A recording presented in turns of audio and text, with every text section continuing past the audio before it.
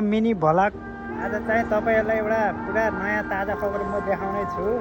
यो विदेशमा मान्छे धेरै लङ टाइम बस्यो भने कस्तो हालतमा हुन्छ भनेर त्यो चाहिँ तपाईँलाई प्रकष्ट भिडियोमा देखाइदिन्छु है मैले। हेर्नुहोस् ल, यो चाहिँ हेर्नु विदेशमा लगभगै 10 साल भइदियो यो मान्छेहरू विदेशतिर बसेर 10 साल हुन कारणले मान्छे पुरै डिप्रेसनमा गएको छ के।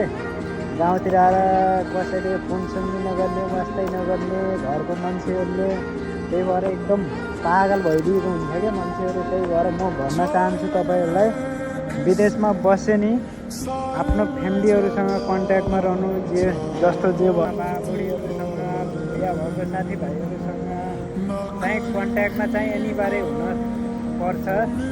विदेशमा मान्छे धेरै बसेर अब लङ टाइम विदेशतिर बसिभ्यायो भने नि मान्छे घरको केही वास्ता नगर्ने, फोन सुन्ने नगर्ने, त्यही कमाउने त्यही रमाउने गऱ्यो भने मान्छे पुरा डिप्रेसनमा गएको हुन्छ क्या। डिप्रेसनमा जानको कारणले मान्छे एकदम पागल हुन्छ। पागल भएर अहिले हामी यहाँ मेरो यो कहाँको मलाई त थाहा छैन, त्यही पनि यसो गार्डनमा आएको बेला भिडियो गराएर हाल्दैछु म। यस्तो मेन्टल भएर बसेको छ मान्छे, कहाँको कताको थाहा छैन।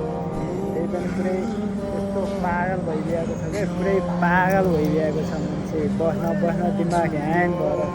र त अहिले मेरो भिडियो यति नै छ। सबलाई by by guys. Next video आउने गर्छ। लाइक कमेन्ट सेयर हान्न चाहिँ नभुल्नु होला मेरो साथी सबैजनालाई। ल हस् त, बाई बाई।